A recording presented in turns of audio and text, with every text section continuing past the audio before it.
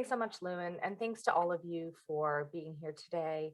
As Lou mentioned, I'm the president of the Global Justice Center, an international human rights organization dedicated to advancing gender equality through the rule of law.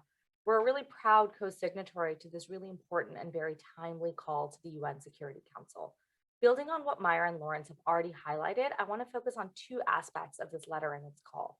So first, within the group of 205 signatories are voices from all of the UN's regional groupings, including a wide range of groups from Myanmar and the diaspora, regional groups, arms control groups, those focusing on civil and political rights, others who combat international crime, work on atrocity prevention, humanitarian aid providers, and like GJC, gender equality advocates.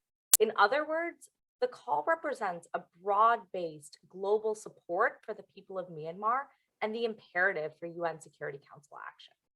Second, the specific urgency of a global arms embargo, and more generally, the crisis in Myanmar, which has been so clearly outlined by Myra and Lawrence, is that it must be viewed through a gender lens. And in the context of the UN Security Council, this requires connecting action on Myanmar to the women, peace, and security agenda. We know that for decades, Myanmar's military has been one of the world's most notorious perpetrators of conflict-related sexual and gender-based violence, in particular against ethnic minorities.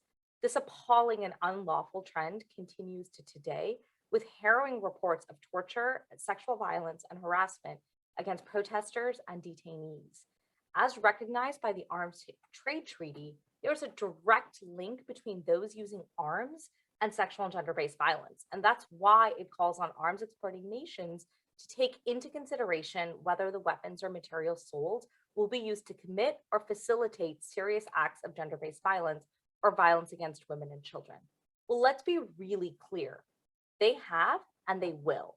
According to the UN mandated fact-finding mission, sexual violence was a hallmark of Tatmadaw operations. And today, in the context of the coup, Tatmadaw operations are being carried out daily against Myanmar's people in every corner of the country.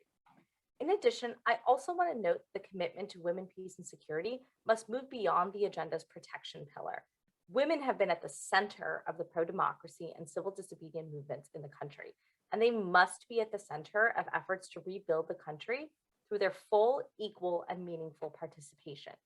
For every UN Security Council member which has stated its support for the women, peace, and security agenda and waxed poetic about its commitment to end sexual and gender-based violence, here's your opportunity to act. Thanks so much.